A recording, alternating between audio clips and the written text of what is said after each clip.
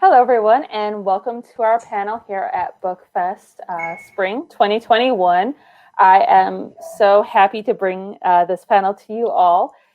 With the Women's National Book Association, it's very important to us that we amplify women's voices throughout the LA area. And without much further ado, let's go ahead and get started with the program and our first question. Let's have each of our authors go ahead and give an introduction about themselves and their book. Bridgitte, would you like to go ahead and get the ball rolling? Sure. Thank you, Diana. So my name is Bridgitte Jackson-Buckley, and I am the author of The Gift of Crisis, How I Used Meditation to Go from Financial Failure to a Life of Purpose. And my book generally came about through my journaling and meditation practice. And of course, it is a memoir.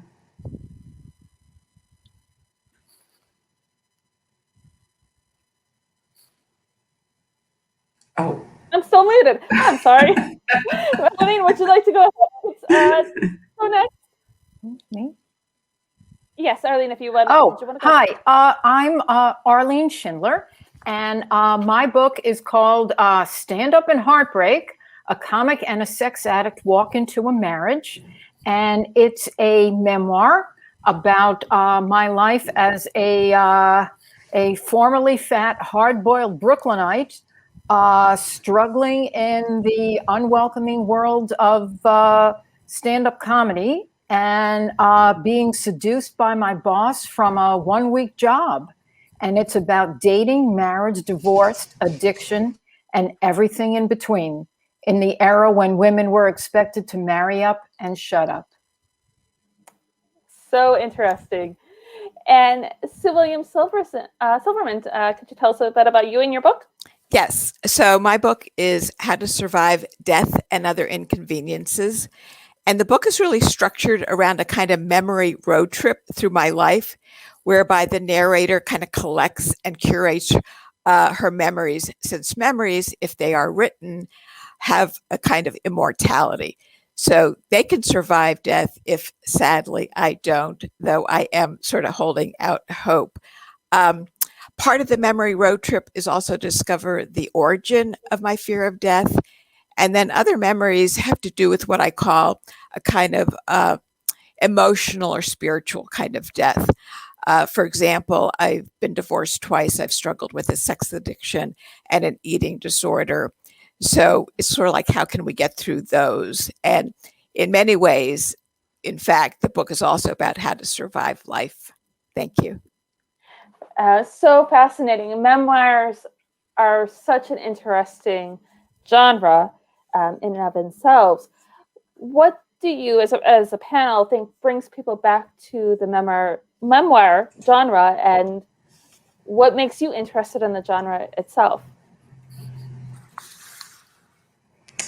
I think it's really helpful to read another person's story. I mean, it's a way of seeing our humanness and connectivity in other people's stories, and a way to just see that you're not alone in maybe what you've experienced or what you're thinking or what you're going through. And it's also just so helpful to see how someone else navigates a situation, the insights they glean, the practices they found helpful, and just, again, shared humanity. It's so important because with the aspect of shared humanity, recognizing it and acknowledging it, the gap closes between ourselves and what we would deem as the other. Mm-hmm. So I just find it's such an intimate, helpful, and sometimes easy way to find connection with someone, whether you know the author or don't know the author. But storytelling is such a powerful genre.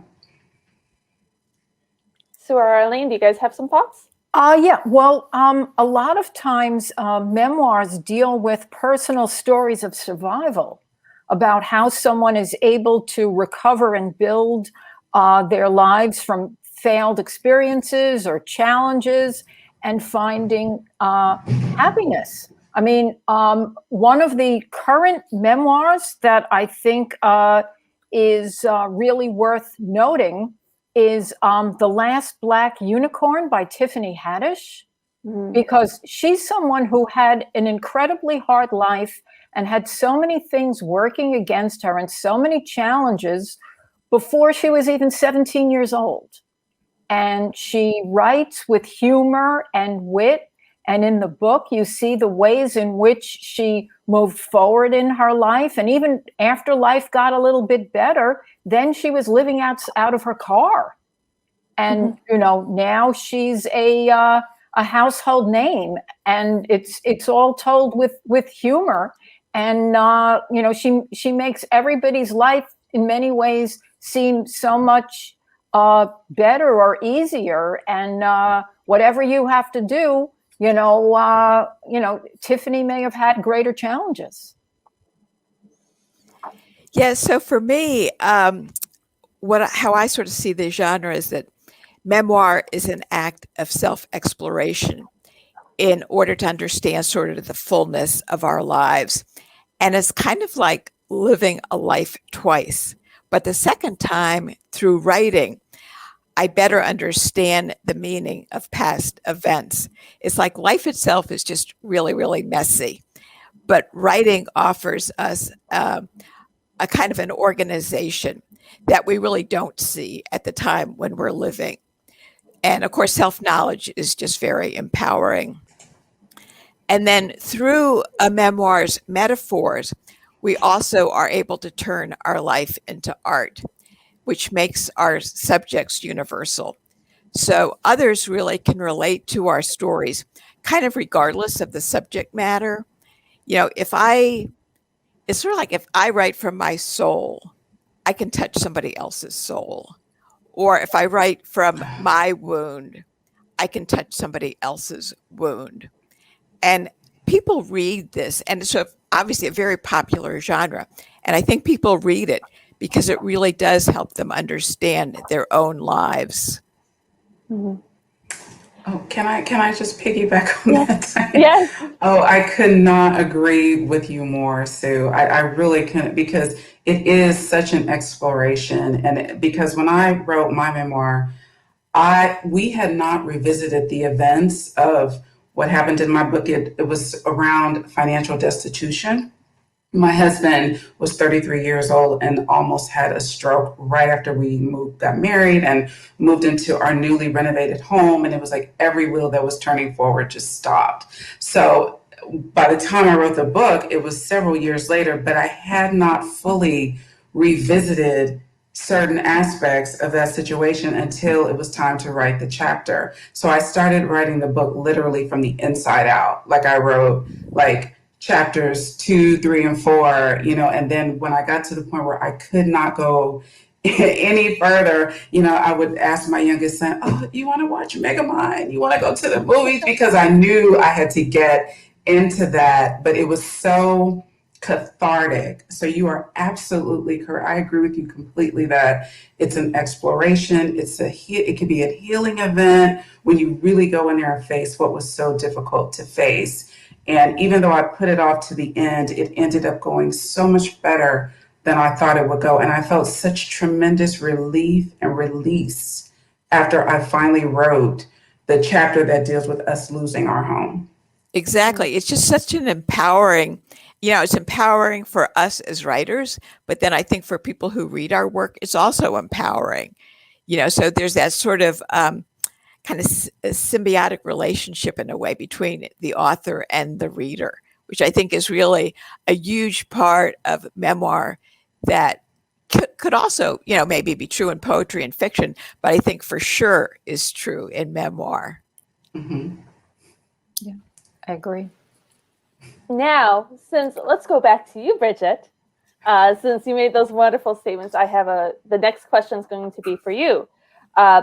As women, we're often discouraged from trusting our higher selves. In what ways do you think meditation and learning to trust ourselves can help us navigate these trying times? Because let's face it, 2020 wasn't great, and 2021, it's still a little shaky. I know 2020 was like the curveball from hell. I mean, it was intense.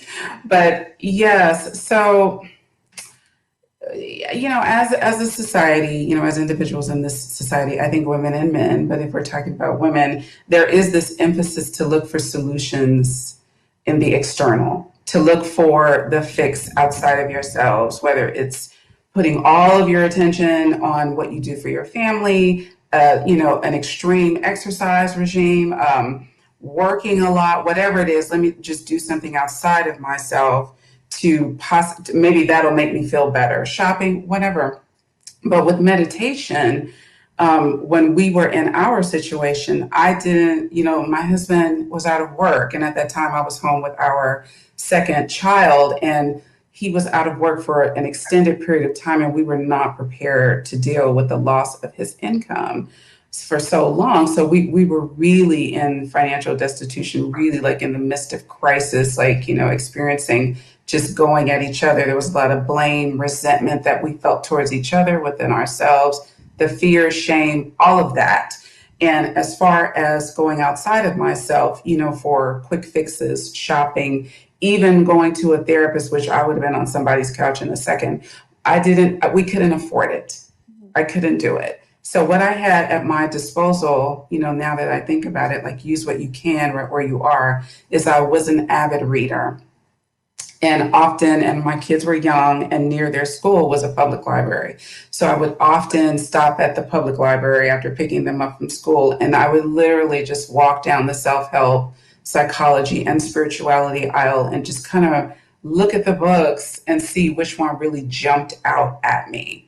And so I started reading all of these books, and my mother was pivotal also, because when I was at such a low point, I remember one day just saying, oh, I want to be inspired. And the next day she showed up with The Power of Intention by Dr. Wayne Dyer.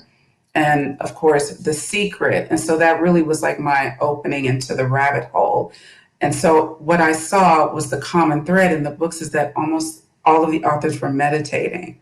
And so I thought, okay, they look happy, healthy, and they're doing something. Let me try it. So I started meditating, and I just found that it really was essential and pivotal in calming my nervous system, so that I could see what type of self-sabotaging thoughts kept surfacing that were contributing to the situation we were in, and also just my repetitive, victim thoughts. So poor me, this is happening to me, I'm being punished from a previous life. All of that sort of thinking was in there. And so with meditation and also journaling, I grew to just really feel like these moments, these gaps of calm and stillness that I began to crave. Like if you have an exercise regime, Bridgitte, like when I didn't meditate, I really felt like I was missing something. So I use that as my tool to really move me through that difficult situation. And that also served as a springboard for me, not only sitting quietly doing traditional meditation, but also soliciting guidance by asking for help. Like, what do I need to know right now? What is the next highest action that I can take for this particular situation? And that is how I started journaling, and what later morphed into the book. Fantastic. I love how you use meditation. It's so helpful. We don't really think about how helpful it truly is until we sit down and do it. And it's so helpful for the health, so many benefits. But I want to move on now to Arlene. Often we think of when we think of memoirs, always think of them having to be totally, to paraphrase, dead serious. Knowing that women are, as someone who got her start in comedy, what role do you think comedy plays in the memoirs? Well, I think humor is an important part of the human condition. Mm-hmm. And life is never just dramatic. There's humor everywhere. And part of being a writer is to find those places and distill it and bring it out, because it's all about perspective. I mean, there's the axiom tragedy plus time equals comedy. And I think that may be true. And it's been my experience that certain storytelling, certain things that I've written that were very personal, I cannot write after the fact. I need to kind of let them stew for a little while. And then later on, I can write about them because I get perspective. And I also see the humor. Also, comedy sounds very broad and slapstick.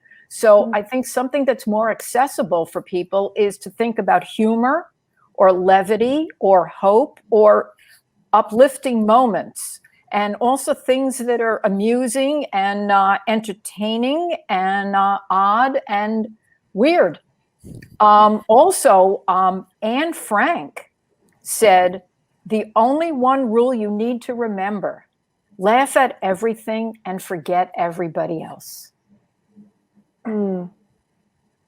It's so interesting. I did not realize that she had said that, given the situation that she was Exactly, in. yes. Yeah.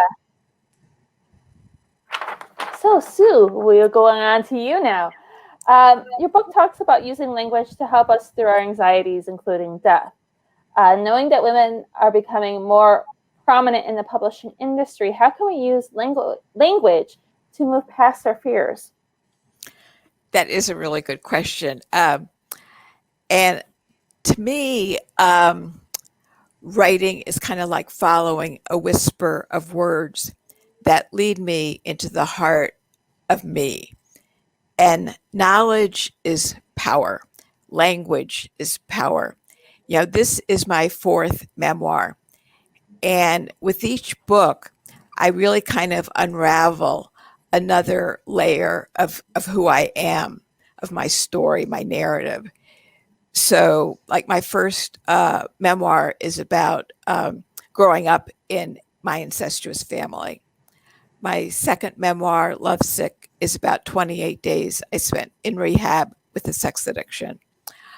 My third book is about a search for spirituality. And then, as I said, this new book is about my fear of death and, you know, what the origin of that is and everything. But by putting my narrative or my language sort of out there, I really hope to offer courage to other women and to other women writers, you know, to do the same. And in many ways, I mean, I'm just, you know, when I first started publishing, you know, you don't know what to expect in terms of what's going to come back at you. But I've really been gratified by, you know, my first book was published like around 1997, maybe, by just the number of emails, letters, phone calls that I receive from women just all over the world who have thanked me for sort of telling their story too. I mean, we're lucky that we have a voice, you know, and that we can tell our stories. Because women's voices really have been silenced for far too long. Traditionally, we've been given the message that, you know, our stories aren't important, our voices aren't important. Or if we do publish, you know, frequently we're very misunderstood. But what I say to that is that we have to write anyway. You know, even if we initially feel scared about telling secrets, ultimately we do find a sense of power and release. I mean, we do write to explore our own narratives. And by doing that, you know, we really bear witness to true human experience and emotion. And I think that women's voices can really sort of shake up this paternalistic power structure and change the status quo. You know, if you want to feel a sense of your own power, you know, write. You know, it can be anything. It, you know, doesn't have to be a book or an essay. It can be, but just write. Because when we write, we externalize our fears. And by doing that, we get to take control over them. You know, language is power. So basically, just don't be afraid to use it. Yeah, I like that part about how, you know, it helps you to be more understood. I totally agree with that because when you write a book, a memoir, well, you know, when you're going through something, you're not always expressing how you feel about something. I mean, you can talk to people, but at some point you stop having the conversations. Like if you're complaining, you get tired of hearing yourself complain. And you know, sometimes you need to just go within and use introspection for yourself. But once I wrote the memoir, all those years of feeling so misunderstood, like I knew what was going on, like I knew what the situation was unearthing in me. And the memoir just explained everything. It gave my perspective. It wasn't to demonize anyone. It wasn't to show how I was the victim. It was simply my expressive and creative way of telling my story and sharing my story. And Ex- and it's like, once the book is written, I know what it is. I'm not looking for for you you have your own interpretation of it because of your own perspective, but I know what it is. I know what I was saying. So that really Exactly. helps empowerment, and to really stand in your experience and to own it, take responsibility for yourself, your life, your actions. Exactly. I mean, memoir is not at all about revenge. It really is about exploring whatever, it is that you have to learn about yourself. I mean, I hardly know what I think until I write it. So I just have to write, it's all about exploring the self and what does, like you struggling with the sex addiction. What did that mean? Where did that come from? How did that happen? How do I recover from it? It's all that exploration, which is just going deeper. And it's kind of like peeling an onion. You just keep going deeper and deeper into the core, into the center. Mm-hmm. And I think that one of the things that a memoir helps the writer in doing, and hopefully the reader as well, is building self-esteem. And in my case, through my experience, for me, it was about learning to trust myself while being less trusting of other people, and being better at taking care of oneself and just kind of trusting your own sensibilities and your own decisions. Because, once things are on the page, you can edit them and revise them. But once they're in print, then it's something that everybody can see. Oh, yes. It's out there. Which is a good thing. Yes, if you're afraid to write, don't be afraid, because it's a good thing to get that out there on paper, even if it's just a journal. Getting that on paper, it's exactly. So mm-hmm. So now I've got our final question for everybody. I'm taking this from Sue's website because I saw it. I love the quote, and I was like, this is just, I want to get everybody's opinion on this motto that you have. What you say is, everyone has at least one story to tell, and the job of a writer is not to make people feel comfortable. The job of a writer is to tell one's truth. And just sitting with that is, even if you're not a memoir writer, it kind of, just sitting with that is such a beautiful thing to think about. I want to hear everybody's takes on that. Arlene or Bridgitte, do either of you, before we get to Sue, since it was your website, so we'll let you go last. But Bridgitte or Arlene, do either of you have some thoughts on that? Oh, yeah, I have thoughts on that.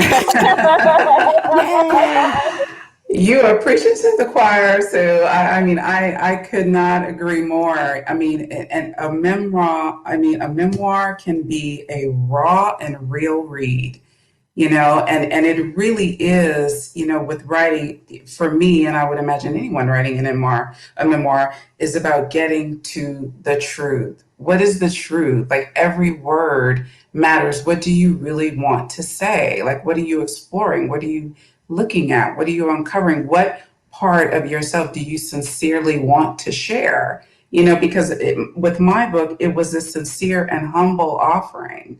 Not to say that my way is the way, but to say, this is what I did with this difficult experience. This crisis had many gifts underneath it, but it took me a couple of years, and creating new practices to uncover what those gifts were, to be able to be willing to see, to look at something a little different. And of course, while I would not want to go through all of that again, I'm so, so, so grateful for the journey of that, because I know that it is not about, yes, you have goals, but it's not about that end point. It is about the transformation that takes place on the journey.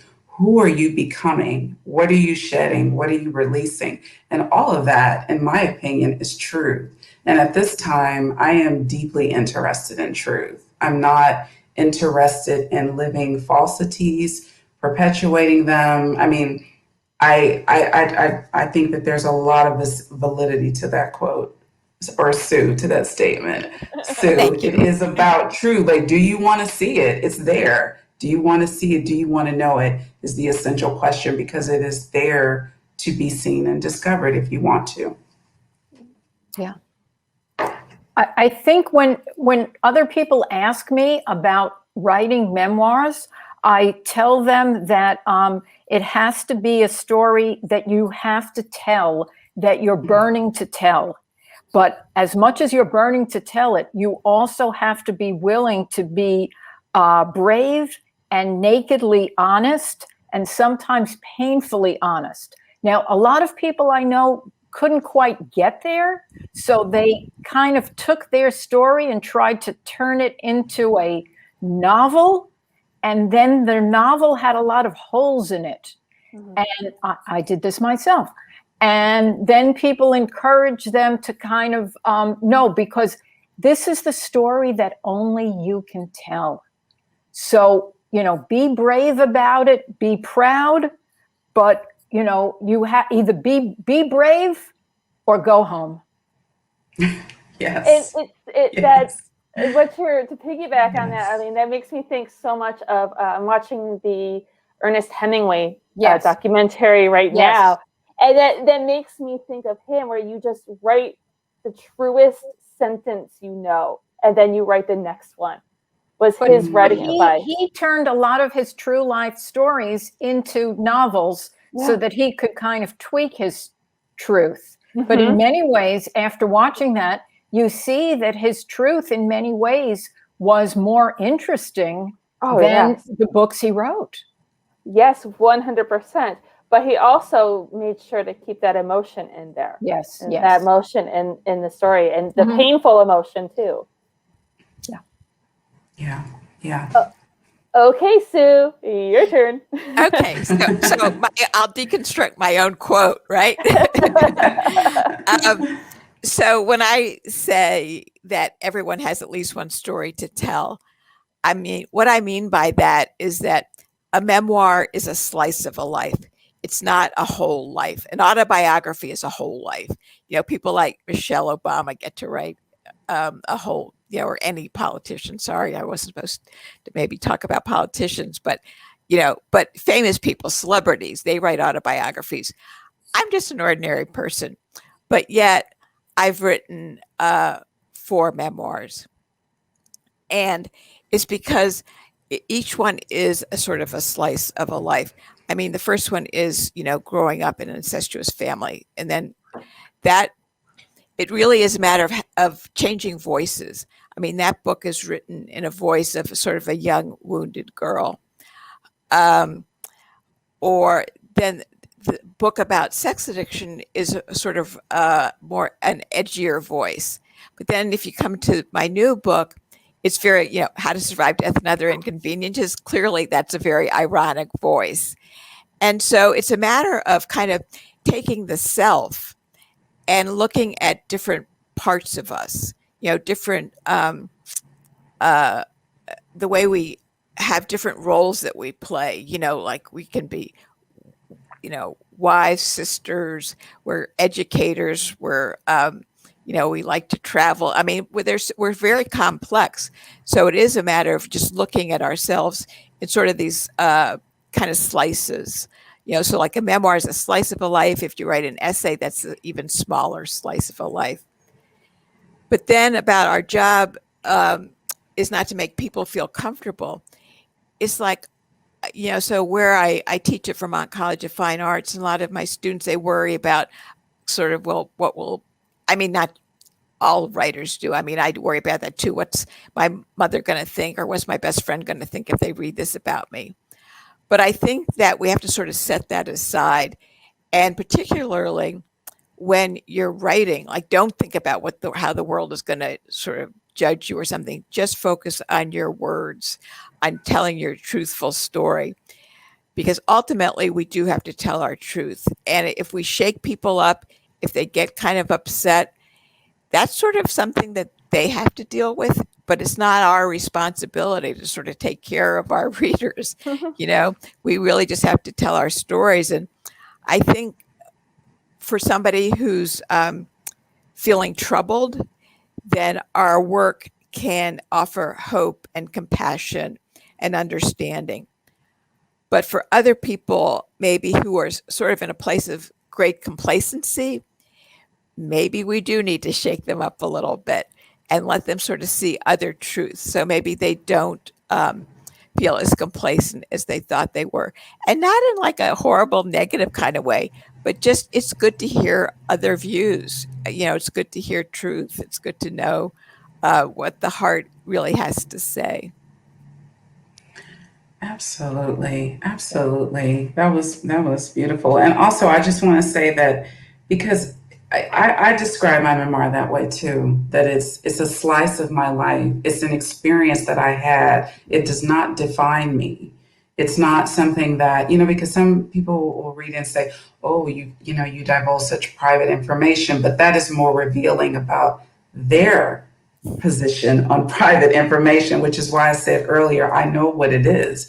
But when you're writing something like that and you want to be truthful or funny or really, really just getting to the heart, to the core of it, you yourself have to be okay or either moving through, like you're dealing with your own emotional issues or responses or whatever you want to call them around the material. And it is not for you to write something worrying about how someone else is going to interpret it. If you're still worrying about that, then there's something else for you to look at. Because I like to write. And one of the things that I've always wanted to do was write a book. And I never knew that I would write a memoir. And I never knew or expected that it would be about financial failure in my life and personal difficulties. I'm a very private person, but I feel tremendous relief when I write. Like I feel like all of this that is in me comes out. And I have wondered sometimes too if I would be able to write another memoir, because when I finished this one, I literally laid on the couch for like 2 weeks in pajamas. I felt empty. I was like, I'll never speak again, And then after that, I started like, oh, words are coming back. Maybe I could. So. Yeah, absolutely. I mean, everybody has more than one whim. When you just think of how complicated and complex our lives are, and then if you look at it that way, but I went through the same thing. I thought, well, I'll write this first book. This is sort of my core story. And then that book was done. I thought, but wait a second. And because really, like when I wrote the first book about growing up in my incestuous family, at that point, I felt so much shame about sex addiction. I did not even mention that in the first book, even though there's clearly a relationship between the two. So I thought, I'm staying away from that. But then I wrote the first book. It was published. The world continued to turn. I got really good feedback from it. I thought, okay, maybe now I'm brave enough to say, yep, I struggled with sex addiction. I'm going to write about it. And so I think it's kind of like a journey in a way. We move sort of from our first book, which is maybe our core story, and then we move on to other aspects of the self, really. Yeah. Yeah. Writing a book is definitely an endurance race with oneself. I mean, I had been a writer for a very long time and I wrote much shorter pieces. And this was one of the hardest things that I had ever done. But then within the act of writing it, you develop an endurance within yourself that becomes a part of your story. And then that is one of the things that makes the story compelling to others about how you found your way out of the challenges that compelled you to write this in the first place. Yes. And then that becomes intriguing for people to read about how you found your happiness and your self-esteem after crappy things that were so compelling that you felt you had to write about them. Yeah, I mean, we are writing the human condition. I mean, the whole genre of creative nonfiction or memoir essays, I mean, it is really popular. And that's why, because I mean, people really can relate to our stories and they want to know, um, well, okay, she went through that. How did she do that? And who is she now? Because, sort of the arc of a memoir is that at the end of the memoir, the narrator is going to be different from who she was at the beginning. And so a reader can sort of follow that arc, that narrative journey with the author. And I mean, it's why I love to read memoirs myself, and of course, write them. Yeah, and in many cases, true stories are more outrageous than anything someone could imagine. Totally. Mm-hmm. I know. As a historical fiction author, I can completely 100% attest to that fact. Yeah. The truth is always stranger than fiction. Yeah. I know. My third book is The Pat Boone Fan Club, My Life as a White Anglo-Saxon Jew. And so it's like, Sue, wait, you're Jewish. You wanted Pat Boone to adopt you. He's obviously very not Jewish, very Christian. And, like that could never have been a novel. I mean, it just makes like no sense whatsoever. But yet when it's something that you've really experienced, then, you're when we write, we're writing about our motivation, like how did this happen? So with me, so my Jewish father molested me. So growing up, I was scared of my Judaism. I mean, I'm completely fine now, but growing up, I wanted, just for those of you who don't know, Pat Boone is 1960s pop music icon. And basically I just wanted him to adopt me. But in real life, that just, it would be, I mean, as fiction, that just wouldn't make any sense. But a large part of nonfiction memoir writing is understanding the motivation. What caused you to need to do this? And once we're really exploring that, then it makes sense. Anybody else have any other thoughts before we wrap up? I just find like, I mean, I don't know. I'm not objective because I love books. I love to hold them. I love the words. I watch movies with subtitles on and the volume down. I like reading, and I find myself, like I said, even though I've written this deeply personal book that I'm a private person, I found sometimes when I read memoirs of other writers that how grateful I am that they shared that story. Because I mean, it touched my heart exactly at the time that I could receive it, and when the information was helpful, and that it just helped me move from one place to another. Even if it was a tiny step, it was still movement. I have just found that so often that for people to share their stories, like it's just such a vital contribution. And if we were all the same, having the same experience, somebody wouldn't be necessary. I mean, we're all here having these beautifully intricate, complex experiences that we can all learn something from. And I love the idea of a memoir where you can really get the details and understand the whys, the hows, the whats, and how can I use this information, to open my heart, or, whatever it is, to laugh more, have more fun, whatever. So memoirs are wonderful for that. Yeah. And then also sort of understanding what our metaphors are, which is sort of taking our lives and turning them into art in a way. And by discovering our metaphors, I mean, that does speak then to sort of the universal experience. So.